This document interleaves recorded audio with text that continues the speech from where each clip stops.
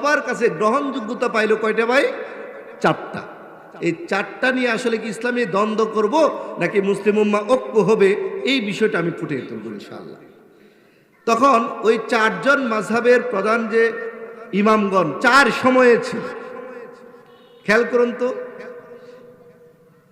আপনার ইমাম আবু হানিফা রহিমুল্লাহ 150 হিজরিতে মারা গেলেন, আর ইমাম শাফি রহিমুল্লাহ 150 হিজরিতে জন্মগ্রহণ করলেন। তাহলে কি একই সময়ের ইমাম ওনারা?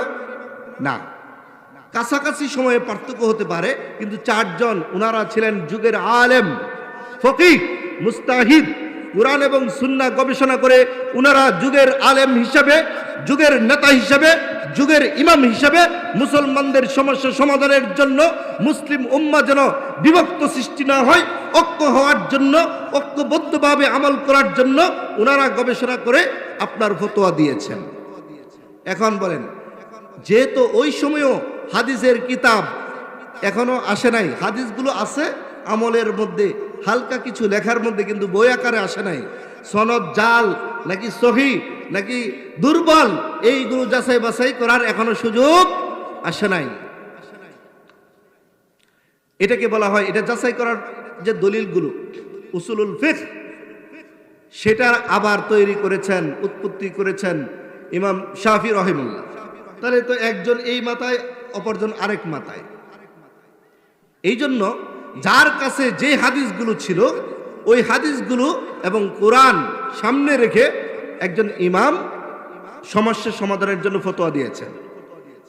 এখন আপনারাই বলেন, ইমাম আবু হানিফা রহিমুল্লাহ ওনার কাছে কি সকল হাদিস ছিল? আপনারা কথা বলতে হবে, সকল হাদিস ছিল? যেহেতু হাদিসের কিতাব আমরা এখন যেভাবে পাই, তখন এই কিতাব ছিল না। ওনাদের ছাত্ররা তৈরি করছে, সংকলন করছে হাদিসের বইগুলো। যেহেতু চার ইমামের কথা আসছে, ওনারা কি করতেন দেখেন, কোরআন, হাদিস এবং আকল, ফাআলহামাহা ফুজুরাহা ওয়া তাকওয়াহা। আল্লাহ সুবহানাহু ওয়া তাআলা বলেছেন, আমি মানুষকে একটা বিবেক দিয়েছি, কোনটা ভালো কোনটা মন্দ এটা বুঝার। কোরআন এবং সুন্নাহকে সামনে রেখে ওনারা আকল দিয়ে বিবেচনা করে, ইজতিহাদ করে একটি রায় দিয়েছেন।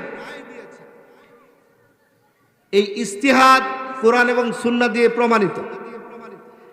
এখন এই ইজতিহাদ করতে গিয়ে, ইজতিহাদ মানে গবেষণা, আরো বাংলা ভাষায় বলি, গবেষণা করতে গিয়ে মুস্তাহিদগণ বা ইমামগণ যিনি গবেষণা করবেন, ওনার ভুল হতে পারে কিনা?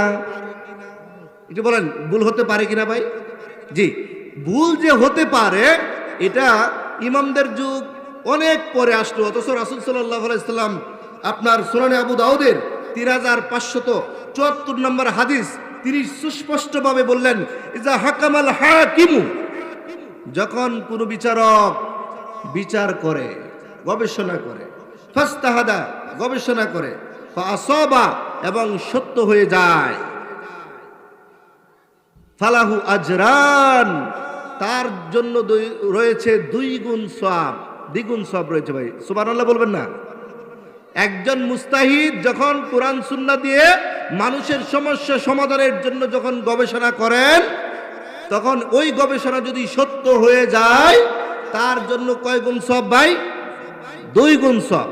আচ্ছা, এরপরে কি বললেন? ওয়াইজা হাকামা, তিনি যখন আবারও চিন্তা করলেন, গবেষণা করলেন, রায় দিলেন, ফাস্তাহাদা, গবেষণা করে, ফাআখতা, এরপরে ভুল হয়ে গেল। কি হয়ে গেল ভাই?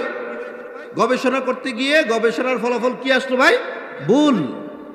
ফালাহু আজর, তার জন্য রয়েছে 1 গুণ সওয়াব।